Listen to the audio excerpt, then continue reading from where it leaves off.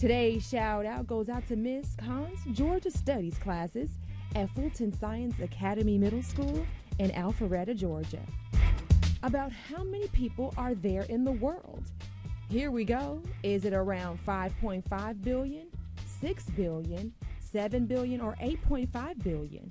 You've got 3 seconds. Go.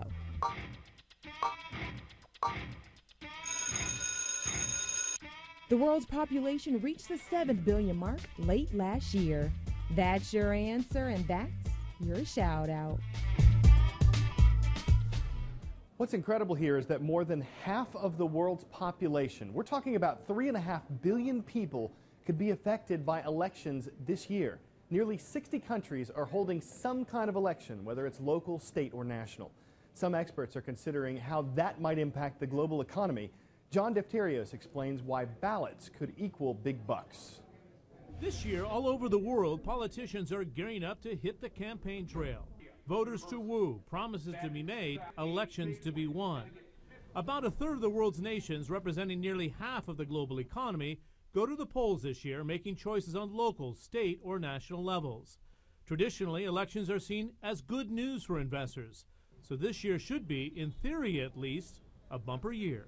There's going to be a lot of good news in the next few months, next year, because there are all these elections, and politicians like to get reelected. So they're going to spend a lot of money, they're going to print a lot of money, so you're going to see a lot of good news coming out.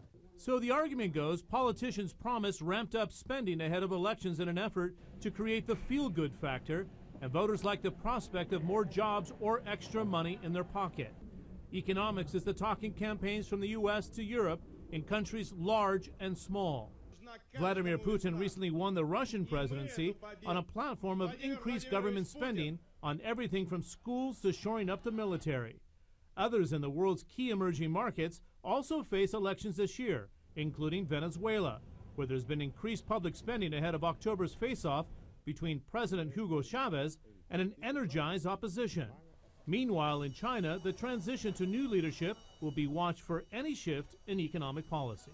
Well, historically, we've seen economies get big boosts in advance of elections. We think of LBJ and the Great Society.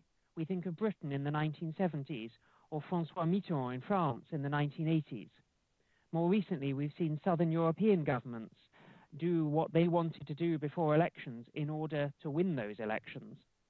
But it gets harder once no one will lend you the money and once you can no longer print the money to buy the election. And things are different now. The global economy is in the doldrums. Austerity is the new buzzword. Government finances from Europe to Asia are squeezed. Politicians around the world must balance their election ambitions with a new economic reality. Promises they make today still have a price to be paid, if not this year, then certainly in the years to come. John Defterios, CNN, Abu Dhabi.